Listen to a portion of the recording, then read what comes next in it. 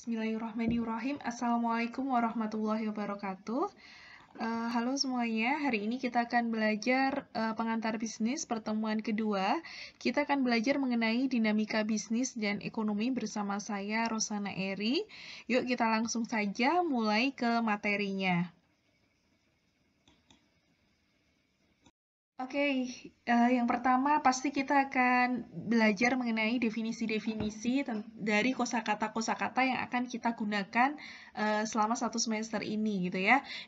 Di slide ini kita akan belajar mengenai definisi dari bisnis, produk, profit, organisasi non-profit kayak gitu ya. Ada 4 di sini. Oke, kita mulai dulu ya dari yang pertama. Jadi yang pertama itu adalah definisi bisnis. Namanya aja pengantar bisnis, kita pasti harus tahu dong bisnis itu apa kayak gitu kan ya. Jadi bisnis itu adalah individu atau organisasi yang mencoba untuk mendapatkan keuntungan dengan menyediakan barang atau jasa yang memuaskan kebutuhan orang kayak gitu. Jadi dia boleh individu, bisnis itu boleh sendirian individu, boleh juga bareng-bareng organisasi gitu ya. Dan dia tuh pokoknya intinya adalah untuk mendapatkan keuntungan dengan menyediakan produk, boleh barang, boleh jasa, yang intinya adalah untuk memuaskan kebutuhan orang. Memuaskan misalnya menjual produk makanan yang memuaskan makannya dia gitu ya, hawa makannya dia kayak gitu dan lain sebagainya gitu ya. Terus yang kedua, kita akan belajar mengenai produk. Produk itu apa sih? Jadi produk itu adalah barang atau jasa dengan karakteristik tangible maupun intangible yang menyediakan kepuasan atau keuntungan. Kalau tangible ya barangnya itu benar-benar yang nyata ada produknya kayak gitu ya. Barangnya contohnya itu misalnya jualan beras gitu ya, misalnya jualan sayur gitu, bener-bener nyata jualan motor, jualan mobil gitu, ada barangnya nih gitu ya. Terus kalau intangible biasanya adalah jasa, contohnya apa ya, ngasih les misalnya, jadi kalau sambilan gitu kan anak kuliah biasanya sering ngasih les, nah itu barang intangible, kan nggak ada barangnya, ngelesin itu ngasih ilmu kan. Ilmu emang apa, barangnya nggak ada kan, kayak nggak ada aja gitu, knowledge itu kayak nggak ada kayak gitu, tapi memang ada gitu. Gitulah kira-kira intangible itu gitu ya, semoga bisa dipahami deh bedanya tangible sama intangible gitu kan. Terus yang kedua itu yang ketiga itu kita akan belajar mengenai profit. Jadi profit itu adalah perbedaan biaya untuk membuat dan menjual gitu ya. Jadi perbedaan apa-apa yang ketika kita mau membuat dan menjualnya itu tuh perbedaan nilainya itu berapa dan itu yang dibayar oleh pelanggan oleh itu gitu ya. Misalnya kita tuh membuat misalnya nasi gitu ya, jualan nasi gitu ya, beli berasnya, beli airnya, beli listriknya karena pakai Magicom kayak gitu ya, itu tuh berapa gitu, misalnya habis 1 kilo misalnya habis 20.000 kayak gitu ya, terus kita jual tuh nasi yang udah jadi gitu ya, waktu beli beras, beli listrik dan lain sebagainya itu kan modalnya 20.000 gitu ya. Terus kita jual jadi 30.000. Nah, profit itu adalah selisih atau perbedaan dari ketika kita modal untuk membuat dan menjualnya ya. Kira-kira kayak gitulah ya. Insya Allah udah bisa dipahami sih. Kalau dalam bahasa sederhananya, profit itu adalah keuntungan kayak gitu. Terus berikutnya kita akan belajar juga mengenai yang keempat, organisasi non-profit. Jadi itu adalah organisasi yang menyediakan barang atau jasa tetapi tidak menginginkan keuntungan darinya. Dia sama kayak bisnis pada umumnya, cuman dia menyediakan barang dan jasa juga gitu, tapi dia nggak menginginkan keuntungan dari situ gitu ya. Kayak misalnya kakak kelas kalian tuh ada itu yang dia itu sedekah beras Salatiga, apa sih namanya gitu. Pokoknya dosen-dosen ada beberapa yang ikutan juga dan dia memberikan ke pesantren-pesantren rumah yatim di Salatiga kayak gitu. Dia itu menyediakan beras gitu ke beberapa beberapa rumah yatim, terus beberapa pondok pesantren kayak gitu. Tapi dia tuh nggak mengharapkan keuntungan dari situ. Nah, itu ada tuh kayak gitu, organisasi non-profit kayak gitu. Berikutnya, pasti Bu Rosana kalau di awal-awal entah itu kuliah ataupun ngisi seminar ataupun apa yang sejenis itu ya, pasti kita pasti akan Bu Rosana awali dengan pertanyaan why, mengapa sih gitu ya. Termasuk ini nih pengantar bisnis, kenapa sih kita harus belajar bisnis kayak gitu. Nah ini kalau di kelas itu biasanya Bu Rosana akan pantik dengan pertanyaan, kenapa gitu, terus Bu Rosana akan tanya satu persatu gitu, dan alasannya banyak sih gitu ya, termasuk kenapa sih kalian harus belajar bisnis gitu ya. Pasti di pikiran kalian akan banyak sekali versi-versi kenapa bisnis itu penting, kenapa kita harus belajar bisnis kayak gitu. Meskipun kalian bukan anak manajemen bisnis syariah, mungkin yang dapat mata kuliah ini gitu ya, ada yang perbankan syariah, ada yang akuntansi syariah, ada yang ekonomi syariah. Kalau anak manajemen ya pasti udah tahu lah ya, kita pasti harus belajar ini kayak gitu. Tapi untuk yang lain itu kenapa sih kita harus belajar bisnis? Nah, ini macam-macam nih gitu ya, baik kepentingan pribadi maupun kepentingan lembaga kayak gitu ya, kayak misalnya ya syarat lulusnya emang harus belajar bisnis kayak gitu, pengantar bisnis dan lain sebagainya. It's okay. Tapi Bu Rosana punya garis besar kenapa sih kita harus belajar bisnis dari buku atau literatur yang kita gunakan gitu ya. Ada 2 di bukunya yang kenapa kita tuh harus belajar bisnis. Yang pertama, belajar bisnis itu bisa mengembangkan skill dan menambah pengetahuan untuk mempersiapkan karir ke depan. Kalau kalian mau jadi wirausaha itu udah pasti. Tapi kalau kalian mau bekerja di perusahaan-perusahaan yang besar, pengantar bisnis ini juga atau belajar bisnis ini juga kayak bisa memetakan gitu ya. Bagaimanapun juga perusahaan-perusahaan yang akan kalian masuki itu adalah sebuah organisasi bisnis. Jadi kalian tuh harus ngerti apa yang ada atau apa yang dijalankan di bisnis tersebut kayak gitu atau di perusahaan tersebut.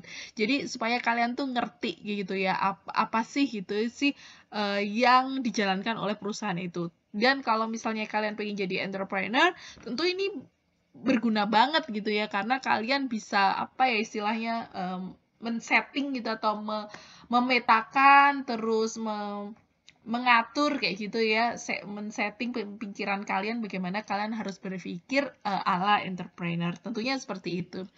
Yang kedua, itu adalah membantu Anda dalam memahami aktivitas-aktivitas bisnis yang dibutuhkan untuk menyediakan barang atau jasa yang memuaskan. Jadi, nggak cuma menyediakan barang dan jasa, tapi yang satisfying, kayak gitulah istilahnya.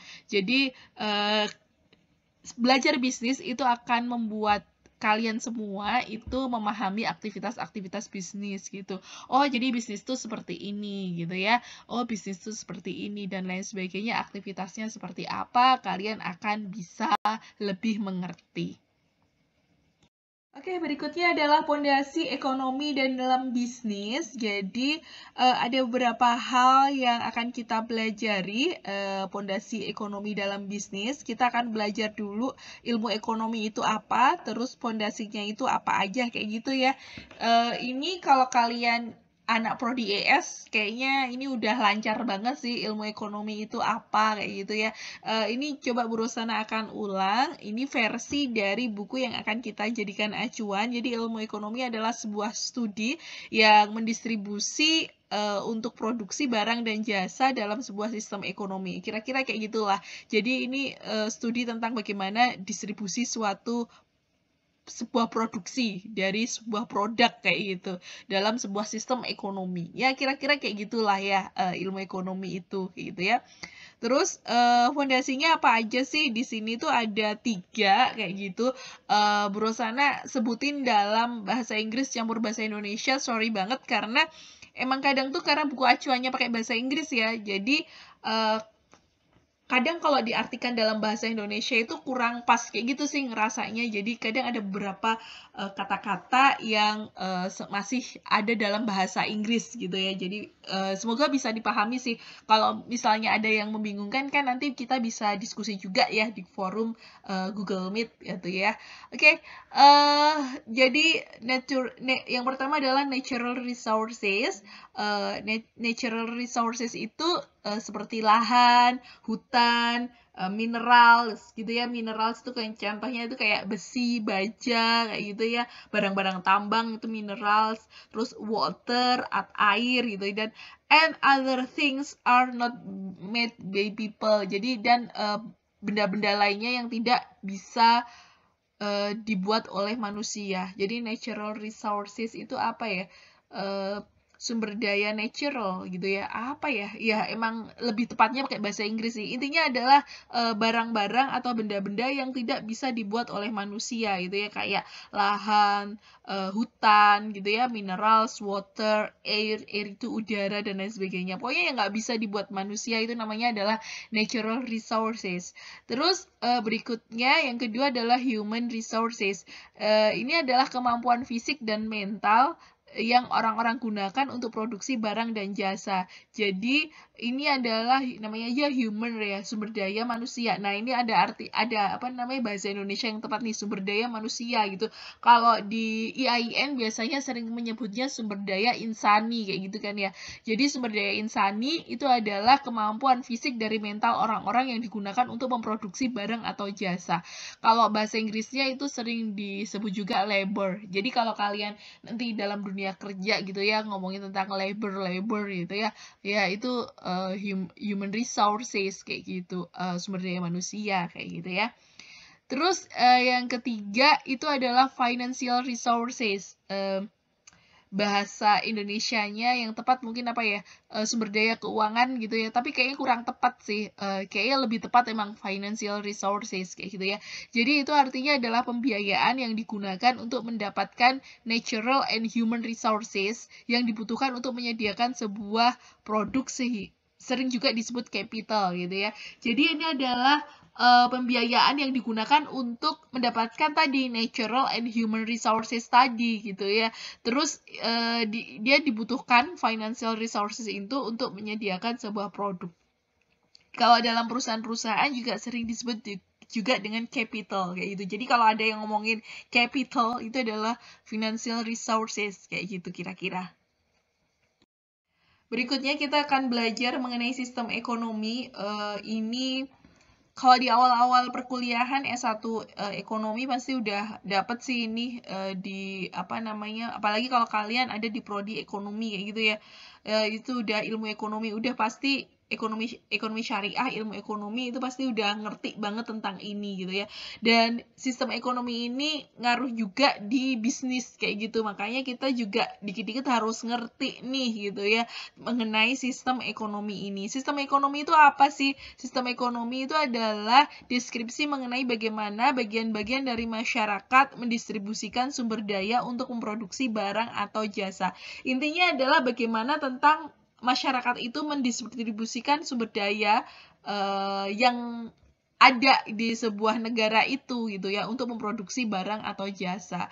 Di sini tuh ada 4 sistem ekonomi yang akan kita bahas. Yang pertama adalah komunisme, sosialisme, capitalism, and ekonomi campuran. Kalau di apa namanya bahasa Inggrisnya itu mix economic kayak gitulah kira-kira, mix ekonomi gitu. Terus ini Bu Rosana udah taruh di bahasa Indonesia, kira-kira ekonomi campuran.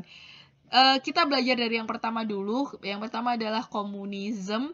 Komunisme itu didefinisikan atau komunisme kayak gitu ya, didefinisikan pertama kali oleh Karl Marx bahwa masyarakat adalah orang-orang itu tuh nggak dipisahkan secara kelas-kelas dalam penguasaan sumber daya di sebuah negara. Jadi nggak ada kelas-kelas kayak gitulah, intinya kayak gitu. Terus yang kedua itu adalah sosialisme. Ini adalah sistem ekonomi di mana pemerintah itu memiliki dan mengoperasikan industri-industri dasar, tetapi individu itu tetap memiliki sebagian dari bisnis-bisnis kayak gitu sih kira-kira. Jadi industri-industri dasar itu dikuasai oleh pemerintah. Itu kalau sosialisme kayak gitu ya. Terus yang ketiga itu adalah capitalism. Capitalism itu sebuah sistem ekonomi di mana individu-individu memiliki dan mengoperasikan mayoritas bisnis-bisnis yang menyediakan barang dan jasa. Intinya adalah orang-orang yang menyediakan campur tangannya pemerintah itu udah enggak kayak gitu ya. Jadi ini adalah individu-individu yang memiliki atau mengoperasikan mayoritas bisnis-bisnis kayak gitu. Jadi mayoritasnya itu dipegang gitu ya oleh individu-individu. Terus yang keempat adalah ekonomi campuran atau mix ekonomi kayak gitu ya. Jadi ini adalah ekonomi yang dibuat dari elemen-elemen lebih dari satu sistem ekonomi gitu kan. Tadi kan kita udah belajar tentang 3 ya sebelumnya ya, capitalism, socialism, capitalism. Nah, kalau campuran itu ya campuran kayak gitu. Jadi dia itu dibuatnya dari elemen-elemen yang lebih dari satu sistem ekonomi gitu. Campur lah istilahnya. Oke, selanjutnya kita akan membicarakan mengenai peran dari entrepreneur. Entrepreneur itu wirausahawan gitu kali ya kalau bahasa Indonesianya gitu. Jadi kita dimulai dari definisinya terlebih dahulu. Jadi entrepreneur itu adalah individu yang berani mengambil risiko dan kesejahteraannya, waktunya, dan berupaya untuk membangun profit dari sebuah produk inovatif atau jalan menuju sesuatu ya, itu menuju sebuah purpose atau tujuan itu kayak gitu. Intinya dia adalah membangun sebuah profit dan dia apa ya istilahnya berani mengambil risiko, kesejahteraan, waktunya dan lain sebagainya. Tentunya ini berbeda dengan non-entrepreneur gitu ya. Kalau karyawan dan lain sebagainya tentu nggak kayak gini gitu ya. Dia nggak terlalu banyak resiko kayak gitu. Tapi kalau entrepreneur tentunya akan mengambil banyak risiko dari dia gitu ya, tentang kesejahteraannya, waktunya dan lain sebagainya kayak gitu. Jadi kalau perannya sendiri gitu ya, perannya seorang entrepreneur ini jadi sebuah sistem perusahaan kalau di sini ngomongnya itu adalah the free enterprise system, itu tuh dia bisa menyediakan kondisi yang dibutuhkan seorang entrepreneur untuk sukses gitu ya. Jadi ada beberapa orang yang dia memang butuh sesuatu lingkungan yang dia itu bebas berekspresi kayak gitu. Jadi sebuah perusahaan yang bebas, free enterprise, itu akan mendukung seorang entrepreneur itu bisa menjadi sukses gitu ya. Itu akan beda kondisinya ketika kalian ikut di sebuah perusahaan gitu ya, sama kalian menjadi entrepreneur gitu. Karena ide-ide bebas itu pasti akan lebih terpicu gitu ya, terinisiasi ketika ada di sistem perusahaan yang bebas kayak gitu. Terus yang kedua gitu ya, entrepreneur ini perannya itu dia secara konstan kalau ada di buku gitu ya, dia tuh kalau misalnya ini di Amerika karena buku yang Bu Rosana jadikan acuan itu adalah buku Amerika gitu ya, itu benar-benar bisa mengubah secara konstan praktik bisnis di sebuah negara kayak gitu ya, dengan teknologi baru dan teknik manajemen yang inovatif. Jadi entrepreneur itu adalah orang-orang yang pada akhirnya gitu ya, itu dia bisa mengubah praktik bisnis teknologi baru dengan teknik manajemen yang inovatif. Kalau misalnya di Amerika itu tentunya adalah ada Bill Gates kayak gitu dengan yang dia membangun Microsoft-nya kayak gitu, dan kita udah tahu lah ya itu. Terus kalau di Indonesia kita tahu juga seorang entrepreneur tapi sekarang jadi menteri yang menciptakan Gojek kayak gitu ya. Jadi dia kan juga seperti itu, dia kayak mengubah praktik bisnis dengan teknologi baru dan teknik manajemen yang inovatif kayak gitu. Kalau dulu ojek gitu ya, itu tuh belum terkelola dengan baik gitu ya, dengan adanya Gojek kayak gitu. Nah, itu tuh kayak jadi mengubah praktik bisnisnya gitu loh dengan teknik manajemen yang lebih inovatif, yang pada akhirnya kayak menstimulasi yang lainnya juga untuk berinovasi, kayak misalnya di Salatiga jadi ada Jackboy, jadi ada Osaga dan lain sebagainya. Tapi mau nggak mau memang itu dulu diinisiasi oleh Gojek kayak gitu. Nah, seperti itulah entrepreneur itu, perannya entrepreneur dalam dunia bisnis, dia bisa mengubah praktik bisnis kayak gitu. Kalau di awal-awal Gojek gitu ya, mungkin kalau teman-teman di sini udah pernah sering lihat gitu ya success story-nya si Gojek gitu. Sebenarnya dia juga bukan dari langsung perusahaan besar kayak gitu. Jadi dia membawahi gitu ya sedikit ojek gitu ya, dulunya di Jakarta, terus dia juga di kantornya itu juga di sebuah bangunan yang nggak terlalu bagus juga, nggak kayak sekarang dan lain sebagainya gitu. Tapi dari situ dia ada perubahan teknik manajemen yang inovatif gitu. Nah, pada akhirnya sekarang jadi besar beneran dan dia menjadi menginisiasi terus dan menstimulasi juga bisnis ojek dan pengiriman gitu ya, pengiriman jarak dekat kayak gitu yang ada di mana-mana sekarang kayak gitu ya. Shopee Food gitu kalau teman-teman tahu itu kan juga mirip-mirip ya kayak GoFood kayak gitu, tapi punyanya Shopee kayak gitu ya. Akhirnya adalah entrepreneur itu yang merubah landscape bisnis itu yang ada di sebuah negara, kayak gitu kira-kira. Oke, udah gitu aja perkuliahan kita di pengantar bisnis pertemuan kedua. Nanti kita tanya jawabnya, Q&A-nya kita di forum yang synchronize gitu ya. Kita pakai Google Meet atau pakai Zoom kayak gitu. Udah gitu aja, thank you. Maaf bila salah kata dari Bu Rosana. Terus kalau ngerasa ini tuh bermanfaat, jangan lupa subscribe and like gitu ya. Oke, gitu aja. Wabillahi taufik. Wassalamualaikum warahmatullahi wabarakatuh. Dan berikutnya kita akan belajar mengenai the role of ethic and social responsibility atau pentingnya etik dan tanggung jawab sosial kayak gitu. Sebenarnya ini kayak ada mata kuliah sendiri sih, tapi berusaha jelasin dalam satu slide kira-kira belajar tentang apa sih kayak gitu ya. Jadi nanti ada kayak misalnya di kampus kita gitu ya, ada namanya mata kuliah etika bisnis Islam kayak gitu ya. Jadi etika dalam berbisnis itu seperti apa kayak gitu. Tapi kalau di sini sih penjelasan singkat aja gitu. Maksudnya nggak akan terlalu banyak. Nanti banyaknya itu di mata kuliah yang lain aja gitu ya. Jadi ini tuh slide ini tuh ngomongin tentang namanya etik ya. Pasti penyelesaian skandal-skandal perusahaan kayak gitu ya.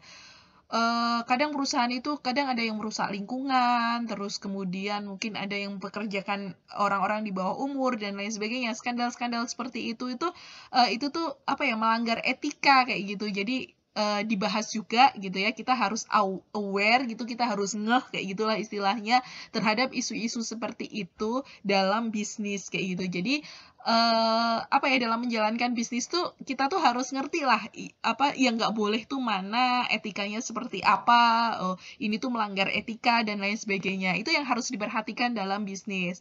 Yang kedua adalah tanggung jawab sosial. Tanggung jawab sosial itu sering disebut kalau di perusahaan-perusahaan besar CSR kayak gitu ya, CSR kayak gitulah istilahnya, Corporate Social Responsibility, tanggung jawab sosial perusahaan kayak gitu.